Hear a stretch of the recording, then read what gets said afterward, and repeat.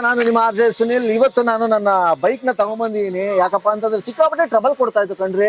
ಏನಪ್ಪಾ ಪ್ರಾಬ್ಲಮ್ ಅಂತ ನಮ್ಮ ಡಾಕ್ಟ್ರು ಅಮ್ಜದ್ ಅವ್ರಿಗೆ ತೋರಿಸಿದಕ್ಕೆ ನೋಡಿ, ಅವ್ರು ಹೇಳಿದ್ರು ನಿಮ್ಮ ಗಾಡಿ ಆಯಿಲ್ ಈ ರೀತಿ ಆಗಿದೆ. ಅದಕ್ಕೆ ನೋಡಿ ನೋಡಿ ನೋಡಿ ನನ್ನ ಗಾಡಿಯ ಹೊಟ್ಟೆ ಅಂತಂದ್ರೆ ಇಂಜಿನ್ ಅಲ್ಲಿ ಹೆಂಗಿತ್ತು ಆಯಿಲ್, ಯಾವ ಕಲರ್ ಹೋಗಿ ಯಾವ ಕಲರ್ ಚೇಂಜ್ ಆಗ್ಬಿಟ್ಟಿದೆ ಅಂತ.